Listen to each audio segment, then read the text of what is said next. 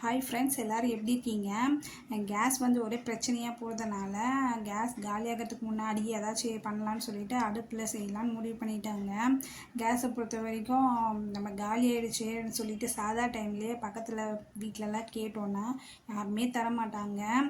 One டேவுக்கு முன்னாடி நாளைக்கு வரப்போகுது அப்படின்னு சொல்லி கேட்டால் கூட தரமாட்டாங்க. நாங்கள் இன்றைக்கி தான் புக் பண்ணோம், நேற்று தான் எங்களுக்கு காலியாச்சு, காலையில் தான் நாங்கள் போட்டோம் அப்படின்னு சொல்லுவாங்க. இந்த மாதிரி பிரச்சனையை எத்தனை பேர் ஃபேஸ் பண்ணியிருக்கீங்கன்னு சொல்லுங்கள். அடுப்பை பொறுத்த வரைக்கும் பற்ற வைக்கிறது தாங்க பிரச்சனை. நம்ம பற்ற வச்சிட்டோன்னா அதுக்கப்புறம் அது பாட்டு எரிஞ்சிட்டு இருக்கும். ஆனால் நம்ம அடுப்பில் வந்து வேலை செய்யும் போது பக்கத்துலேயே உட்காந்து வேலை செய்கிற மாதிரி இருக்கும். கேஸ் வந்து நம்ம பற்ற வச்சுட்டு நம்ம கொஞ்சம் நேரம் வந்து உட்காந்து இருந்தால் கூட அது பாட்டு வேலை இருக்கும். ஆனால் அடுப்பு வந்து நம்ம பக்கத்தில் இருந்து தள்ளி விட்டுக்கிட்டே இருக்கணும், இல்லைன்னா அணைஞ்சிரும். அதனால் நம்ம பக்கத்துலேயே இருந்து வேலை பார்க்குற மாதிரி இருக்கும். அதான் ஒன்று. அடுப்பை பொறுத்த வரைக்கும் மூணு பிரச்சனை தாங்க. அடுப்பு பற்ற வைக்கிறது, அப்புறமா அந்த பாத்திரத்தை கழுவுறது, அப்புறமா அந்த பக்கத்துலேயே இருந்து வேலை பார்க்கணும். கொஞ்சம் நேரம் நம்ம விட்டுட்டு போயிட்டோம்னா அடுப்பு அணைஞ்சிரோங்க. அப்புறமா மறுபடியும் ஃபஸ்ட்லேருந்து ஸ்டார்ட் பண்ணுற மாதிரி இருக்கும். அதனால தான் பக்கத்துலேயே இருந்து வேலை பார்க்கணும். இன்றைக்கி பார்த்தீங்கன்னா சாப்பாடு வடிச்சிட்டாங்க. அப்புறம் பருப்பு உருண்டை குழம்பு தான் வைக்கலான்னு சொல்லிட்டு முடிவு பண்ணிட்டேன். பருப்பு வந்து 1 மணி நேரத்துக்கு முன்னாடியே ஊற வச்சுட்டாங்க.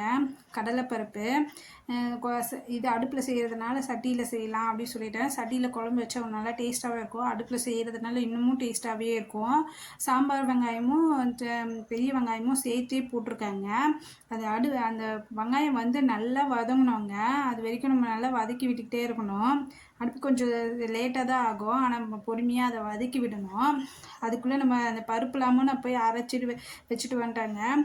பூண்டு போட்டேன், தட்டி தாங்க போடணும், ஆனால் நான் முழுசாகவே போட்டுட்டேன். அப்புறம் தக்காளி போட்டுக்கிட்டேன். தக்காளியும் நல்லா வதங்கினோங்க. உப்பு போட்டுட்டேன், சொல்ல மறந்துட்டேன். உப்பு போட்டு நல்லா வதக்கி வச்சுட்டேன். அதுக்கப்புறமா கொஞ்சமாக புளி வந்து ஒரு லெமன் சைஸ் அளவு புளி எடுத்து நல்லா தண்ணியில் கரைச்சிட்டு அது கூட வந்து மிளகாத்தூள், மஞ்சத்தூள், ஒரு சின்னதாக தக்காளி, நம்ம இதுலேயும் தக்காளி போட்டிருக்கோம், அதனால் ரொம்ப புளிப்பு வந்துடும். கொஞ்சமாக ஒரு சின்ன தக்காளியாக போட்டு நல்லா மீன் குழம்பு கரைக்கிற, எப்பயுமே மீன் குழம்பு போலாங்க, அந்த மாதிரி மீன் குழம்பு கரைக்கிற மாதிரி கரைச்சி வச்சுக்கிட்டு இதில் ஊற்றிடணுங்க. இந்த மாதிரி ஸ்டைலில் வச்சு பாருங்கள், குழம்பு நல்லா ருசியாகவே இருக்கும். குழம்பு வந்து நல்லா கொதிக்கணுங்க. நல்லா கொதித்து சுண்டி வரும்போது தான் நம்ம அந்த உருண்டெல்லாம் வந்து போடணும். இந்த உருண்டை வந்து பார்த்திங்கன்னா அந்த கடலைப்பருப்பு, ஒரு காஞ்ச மிளகா, கொஞ்சோண்டு பெரிய சோம்பு, ஒரு பூண்டு போட்டு நல்லா அரைச்சி லைட்டாக எண்ணெய் வந்து காய வச்சுட்டு நம்ம வடைக்கெல்லாம் போடுவோம்லங்க, அந்த மாதிரி லைட்டாக உருட்டி போட்டு கொஞ்சமாக போட்டு உடனே எடுத்துடுவாங்க. ரொம்ப கிறிஸ்பியாகிற மாதிரிலாம் விடக்கூடாது. அந்த மாதிரி போட்டு எடுத்தோன்னா அந்த உருண்டை வந்து உடையாது. போட்டு உடனே எடுத்துடணும். நீங்கள் பார்த்தீங்கன்னாவே தெரியும், அந்த கலர்லாம் வந்து மாறலை, ஆனால் வந்து ஒரு லேயர் வந்து இதுவாகிருக்கும். அந்த மாதிரி டைமில் நம்ம போட்டு உடனே எடுத்துட்டோம்னா அந்த உருண்டை உடையாது. இந்த மாதிரி ட்ரை பண்ணி பாருங்கள். அந்த நல்லா குழம்பு கொதித்ததுக்கப்புறமா அந்த உருண்டை போட்டு ஒரு 10 நிமிஷமாக நம்ம வச்சுருந்தோங்க. அடுப்பு இதுவாகிடுச்சு. அந்த சட்டி சூட்லேயே நல்லா வந்து அந்த குழம்பு கொதித்து சுண்டி வந்துருச்சுங்க. குழம்பு நல்லா டேஸ்ட்டாக இருந்துச்சு. இந்த மாதிரி ட்ரை பண்ணி பாருங்கள். பிரேக்ஃபாஸ்ட்டுக்கு வந்து காலைல இட்லியும் வேர்க்கடலை சட்னியும் பண்ணாங்க. இது வந்து கேஸ்லேயே பண்ணிட்டேன்.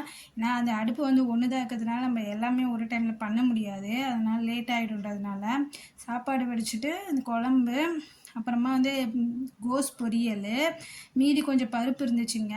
அந்த பருப்பு வந்து நம்ம வடையாக போட்டுட்டோங்க. நல்லா டேஸ்ட்டாகவே இருந்துச்சு. ட்ரை பண்ணி பிரேக்ஃபாஸ்ட்லாம் சாப்பிட்டு முடிச்சுட்டு அப்புறமா கொஞ்ச நேரம் நவீன் டிவி பார்த்துட்டு இருந்தார். அப்புறமா போர் அடிக்குதுன்னு சொல்லியிருந்தனால அவனுக்கு லீவ் விட்டுருக்காங்கங்க. 2 வீக்ஸ் லீவ் விட்டுருக்காங்க. அப்புறம் சரி கொஞ்சம் நேரம் விளாடலாம் அப்படின்னு சொல்லிட்டு இந்த மாதிரி பால் விளாடிட்டு இருந்தோம்.